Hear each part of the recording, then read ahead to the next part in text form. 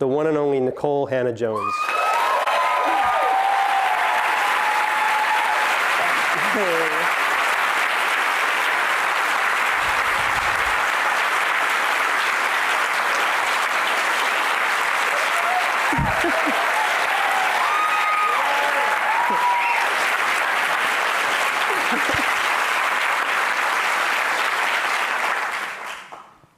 I cried like 5 times last week, and I'm just trying to get through this without crying. So thank you for that. What if I told you that the year 1619 is as important to the American story as the year 1776? What if I told you that America is a country born of both an idea and a lie?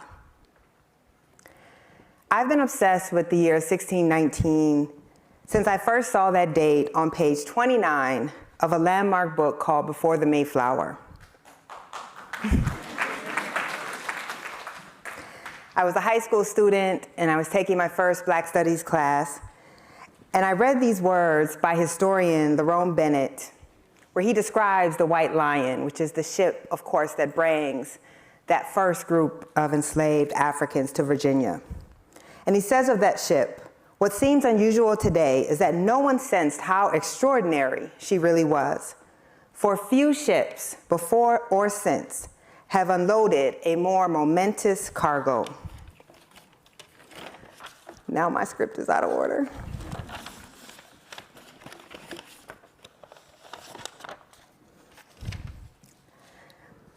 Like most Americans, I was taught very little about the institution of slavery. It, of course, explained the American presence of my family and all the Black people I knew and saw. But like most Americans, slavery was largely taught to me as something that was marginal to the American story. Slavery had to be mentioned in our history books because we had to talk about the Civil War. But outside of that, it was just a brief discussion that relegated slavery largely to the backward South and assured us as a nation that slavery had little to do with how our country developed.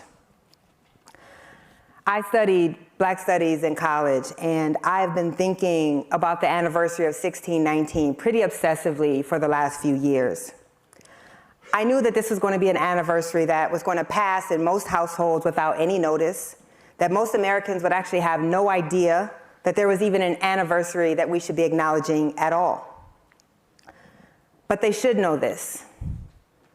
And I believed that powerfully, because this anniversary is the reason we even exist as a country. We would not be a country, we would not be the United States were it not for slavery.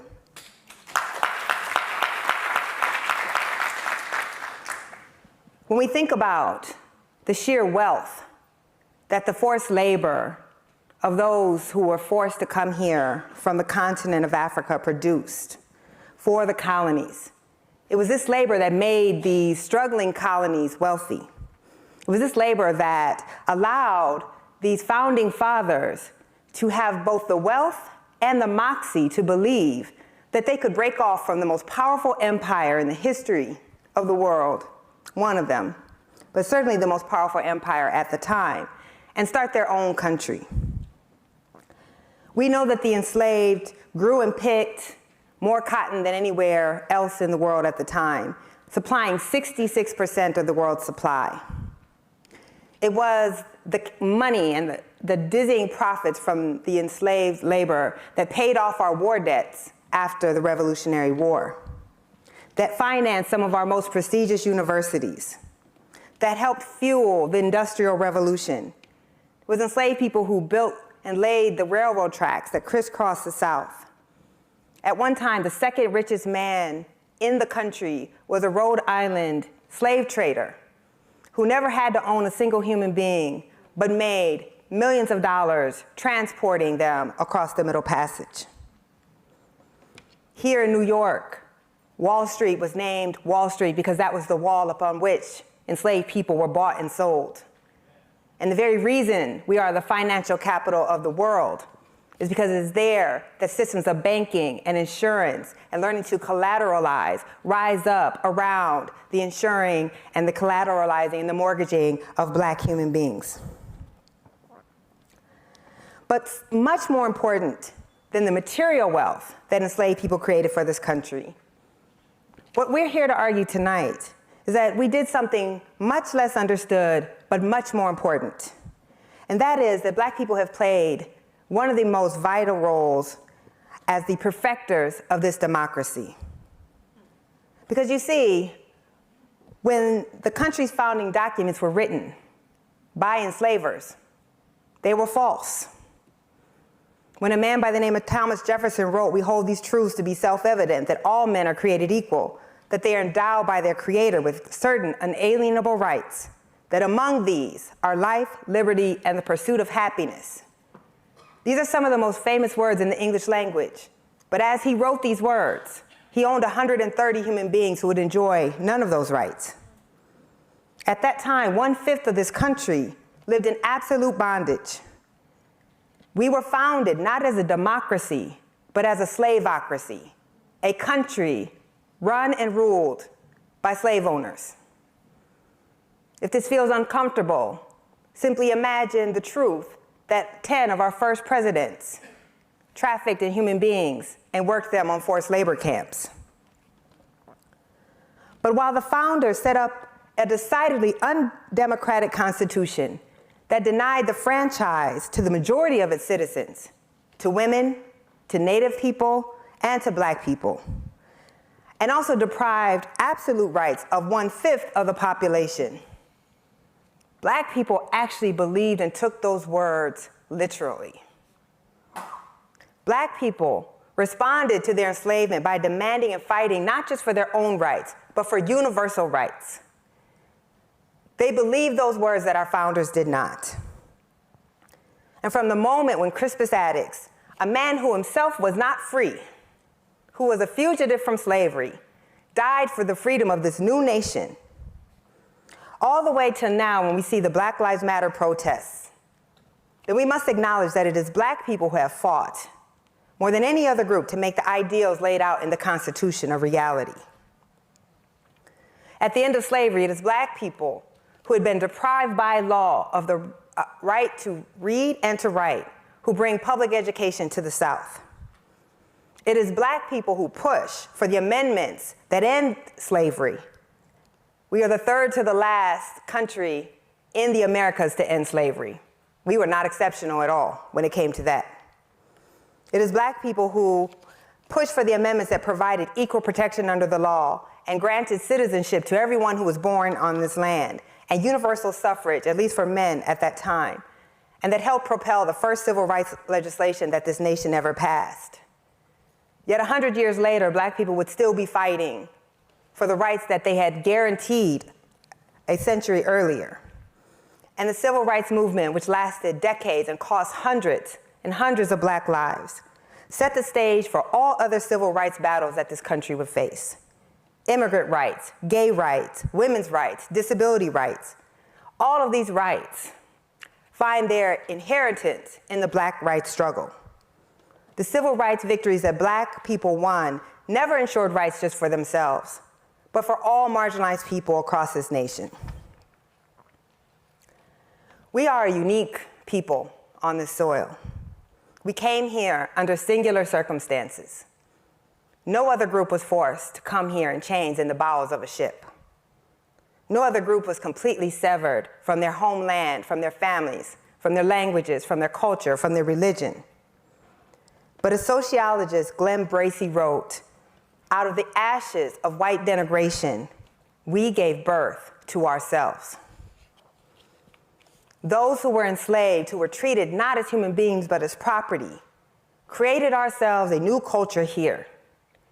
Isolated both from our native lands and forcibly segregated from both mainstream white culture and from our home, we created what became really the only truly unique American culture that exists. You could say that those who were considered the least American have actually turned out to be the most. When the world hears quintessential American music, it is our voice that they hear. When they see the unique style and the avant-garde flair of Black Americans, this came from enslaved people's determination to exert our individuality in a system of chattel slavery that tried to take every sense of our humanity.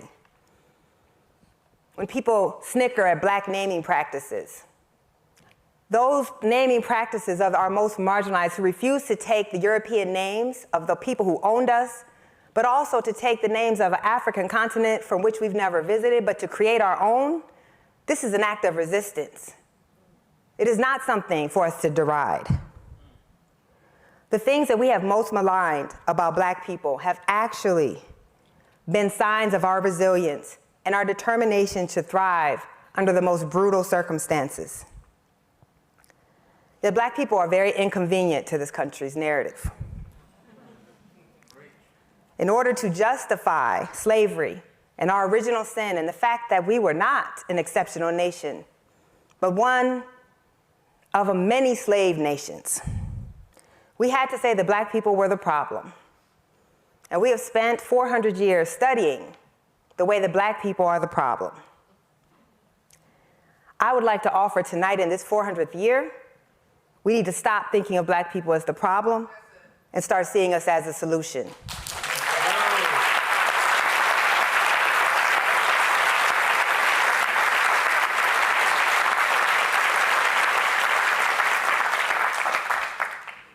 My grandmother, Arlena Tillman, was born on a sharecropping farm in Greenwood, Mississippi.